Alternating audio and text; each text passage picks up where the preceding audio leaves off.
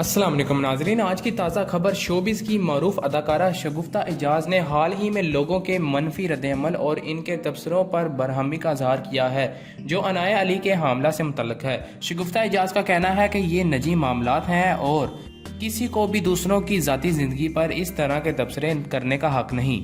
शगुफ्ता एजाज का कहना है कि अनाया अली की ज़िंदगी के इस अहम लम्हे को कद्र की निगाह से देखना चाहिए और इनकी हमायत करनी चाहिए। इन्होंने मजीद कहा है कि खवातीन को ऐसे वक्त में इखलाकी सपोर्ट की ज़रूरत होती है, ना कि गैर ज़रूरी तनकीद की।